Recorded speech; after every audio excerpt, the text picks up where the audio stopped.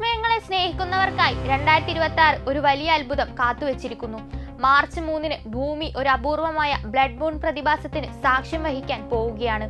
ചന്ദ്രനും സൂര്യനും ഇടയിൽ കൃത്യം നേർരേഖയിൽ ഭൂമി എത്തുമ്പോൾ ഭൂമിയുടെ നിഴൽ ചന്ദ്രനെ പൂർണ്ണമായും മറയ്ക്കുന്ന ഈ സുന്ദരമായ കാഴ്ചയെയാണ് പൂർണ്ണ ചന്ദ്രഗ്രഹണം എന്ന് വിളിക്കുന്നത്. ഈ സമയത്ത് ചന്ദ്രൻ വെളുത്ത നിറത്തിന് പകരം കടും ചുവപ്പോ അല്ലെങ്കിൽ ചെമ്പ് നിറത്തിലോ ദൃശ്യമാകും എന്നതാണ് ഇതിന്റെ പ്രത്യേകത. ഭൂമി ചന്ദ്രനെ പൂർണ്ണമായും മറയ്ക്കുമ്പോൾ ചന്ദ്രൻ അപ്രത്യക്ഷമാവുകയല്ല ചെയ്യുന്നത്.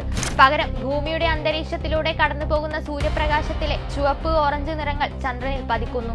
അന്തരീക്ഷത്തിലെ പൊടിപടലങ്ങളും വായുവും നീല വെളിച്ചത്തെ ചിതറിക്കളയുകയും ചുവപ്പ് വെളിച്ചത്തെ മാത്രം കടത്തിവിടുകയും ചെയ്യുന്നതിനാലാണ് ചന്ദ്രൻ രക്തവർണ്ണത്തിൽ തിളങ്ങുന്നത്. ഏകദേശം 58 മിനിറ്റോളം ഈ ചുവപ്പ് നിറം ആകാശത്ത് നിലനിൽക്കുമെന്നതാണ് ശാസ്ത്രലോകം കണക്കുകൂട്ടുന്നത്.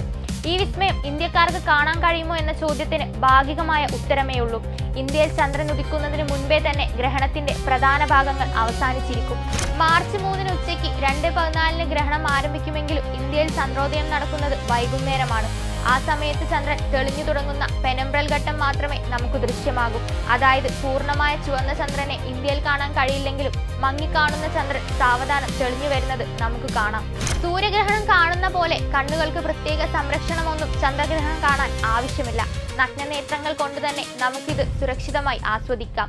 ഒരു ബൈനോക്കുലറോ ടെലിസ്കോപ്പോ ഉണ്ടെങ്കിൽ ചന്ദ്രന്റെ ഉപരിതലത്തിലെ മാറ്റങ്ങൾ കൂടുതൽ വ്യക്തമായി കാണാൻ സാധിക്കും. മാർച്ച് 3-ന് വൈകുന്നേരം കിഴക്കൻ ആകാശത്ത് തടസ്സങ്ങളില്ലാതെ സ്ഥലം നോക്കി നിന്നാൽ ഇന്ത്യക്കാർക്ക് ചന്ദ്രഗ്രഹണത്തിന്റെ അവസാന ഭാഗം കാണാൻ സാധിക്കും.